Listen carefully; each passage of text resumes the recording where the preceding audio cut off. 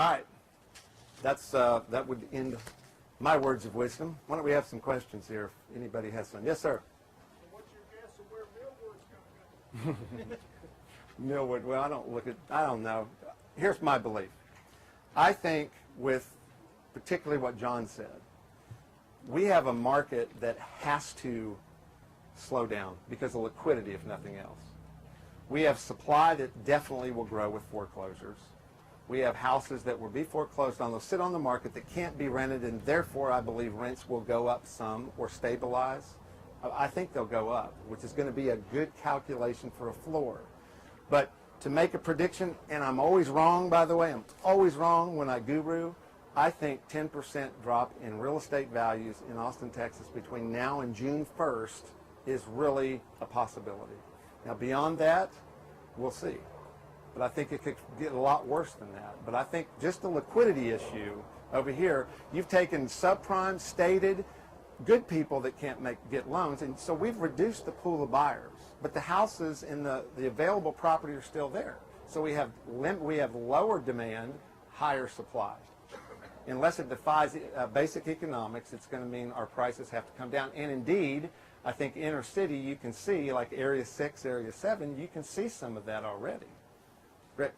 Hey, Jay, so summarize then, over the next 6 months, out of these three options, don't buy, buy and hold, buy and sell. Okay. Which one? Well, I'd say two in there. Don't buy is a good move for a while. Buy and hold, I don't know why anyone would do that right now. And here's why. If you believe that real estate is going to go down even 1% in value in 6 months, why buy a house and rent it and realize lower value in 6 months and have enjoyed the love of your tenant for 6 months tearing your property up? I'm kind of cynical there, sorry. Because of cash flow. Well, what's that? The answer people give to that is because cash flow is so good. Well, but I'm making the assumption that there's not many properties you can reasonably buy today unless you buy with cash to have a reasonable cash flow. If you're buying it with 20% down and you're borrowing, what, 7 or 8% interest for a duplex, it won't cash flow from the values I've seen. Now, if it will, I still wouldn't buy it because I can enjoy that property in 6 months or 12 months from now, and you're going to see, and we've already seen this, I think John would agree, multi-family properties in Austin, Texas have fallen way, way off, and it's because the California people are gone. But the numbers are astounding there. So buy and hold, I'm not in any hurry to. I don't have extra money to place somewhere, but if I were rich, there's always the possibility of buying something for cash and realizing, 10% interest. I don't know that could be achieved in the market right now, but that would be a possibility. That's such a minute number of buyers, it's not going to happen. Buy and sell, there's always a market to buy and sell. It's the hardest target to hit over here because of this dynamic. Whereas the market used to be this big, anything within these parameters will sell. It's now going to be most probably this big. So if you can buy and sell in here, understanding this curve, where you're here trying to buy, and this is where they're thinking, and we all understand that, because how many offers have we made and we didn't get in the last 6 months, right? We've had hundreds of them. But if you can manage to buy it here and get out before that X gets to there, which you can do normally if you know what you're doing, then buying and selling is still a very real possibility. But it's a dangerous proposition because most people look that way for comparables. What happened then, instead of prophetically deciding what will it be when I take D, do carpet paint or whatever I'm doing and sell it over there. That's the trick. So I'd say to newbies, I wouldn't do it. I mean, I'm an oldie and I don't do it. So I don't trust myself there. Yes, sir. It seems like the same argument would be great from the buy and hold perspective. You can buy the property where you want. Obviously, that means a ton of offers and potentially getting one, right? But as a buy and hold investor, that would make sense with the rents actually going up. Well, Keep it for a while. yeah, but what I'm saying to you is if we're right on the downturn, if this is a correction even, if our market drops 10, 20, or 30%, you're going to be able to buy that duplex for 10, 20, or 30% cheaper than today in 2 years from now or 3 years from now. And the cash flow that you would have realized would not have been the difference in the additional price you will pay today. So I used to buy duplexes at 80 to 100,000 with $1,200 rents, and they barely broke even, and they gave us ACRS, accelerated cost recovery, big tax break. Those same duplexes 3 years later, 4 years later, were selling for $25,000. Though I got a good tax break along the way, but I owed 80, and the one across the street was selling for 25. Huh?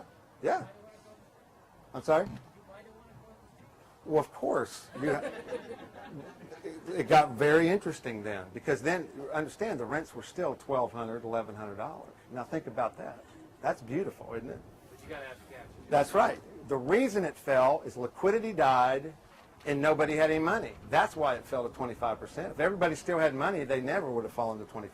But that's my point. Patience would have paid. See, wealth changed hands, and I was one giving it away instead of receiving it. And I wanted to receive that the next time. And we really haven't seen anything like the 80s. And, you know, whether this is it or not, who knows. But it really doesn't matter. It calls for patience right now, and it calls for studying your market every day and talking yourself out of deals instead of talking yourself into them. The good way to go look at property is give me some good reasons at my computer not even to go see it. If you can't shoot it down on the computer, then go with the idea I'm going to find a reason why I can't buy this property, and then you see the property and you can't talk yourself out of it, go look at other areas with similar properties. You can't talk yourself out of it, then buy it. That's a few properties once in a while in a market like this. They're not abundant. But I'm telling you, if we go through anything like the 80s, and I'm not saying we are, but if we go through a correction, then there'll be plenty of properties to look at, and then you can pick a quality one. Okay, yes, sir. You talked about supply decreasing. If you look at the macro across the United States, so would you pick just the area in which you invest in, or just the Boston area? Or? Very good question. I'm going to repeat that so everyone can hear it. The gentleman here was asking, should I look at, when I do my homework, should I look at the whole United States and the big macro numbers coming out of Washington, or should I look at just Travis County, perhaps, or just Austin, perhaps, or just Millwood? Okay? Forget the national scene. Real estate's a local business. It can have fear implications that will bleed over on Austin because of how devastating it can be elsewhere, but I wouldn't worry about those. I would look first at Travis County, and then I'd look, if it's City of Austin, I'd look at the whole City of Austin, and then I'd definitely look in the area, the real estate area. If it's Area 3, let's take, instead of just look at Windsor Park, look at all of Area 3 and compare them there. And to me, that would be a good exhaustive study of market value for you. But remember, no matter what you conclude, those are sales made from people that made a decision before the United States became socialized.